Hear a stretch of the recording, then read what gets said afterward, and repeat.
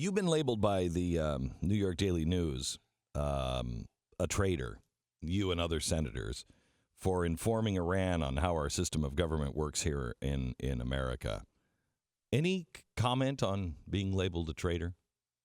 I think what's kind of crazy about it is people say, do you have any regrets? And I say, do I have any regrets about informing another country of how our Constitution works? And to tell you the truth, I've been one who does want to continue negotiation. I don't want war again over there. I want to try to avoid war, but I don't want just any old agreement. I want the agreement to mean something, and I want Iran to come back into the world of civilized nations, but they've got to give up on terrorism. They've got to give up on intercontinental ballistic missiles. They've got to give up on, trying to get a bomb. And so I sent the message, or was part of the message, to say, look, the president, you need to negotiate more from a position of strength, and I figure if he knows that we're absolutely going to have to vote on this measure, which I think is clear in the Constitution, most of the sanctions were passed by Congress.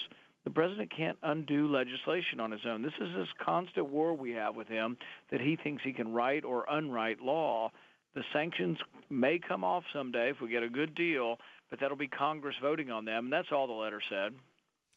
When you say you want negotiations, I think all of us want peace, and we want, we would love for Iran to come into the family of mankind.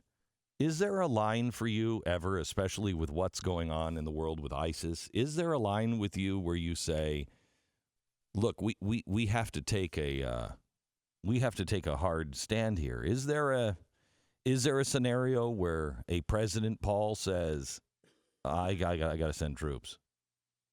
Yeah, there always has to be not only the threat of force, but the belief that you will use force. And right now, I am for using force against ISIS. I regret the fact, though, that our involvement in the Syrian civil war, I think, led ISIS to becoming stronger. But now ISIS is a threat. They have been a threat to our embassy in Baghdad, a threat to our consulate in Erbil. And just like I wanted Hillary Clinton to provide a better defense of American assets in Libya, I think we do need to provide a significant and sustained defense of our American interest in Iraq.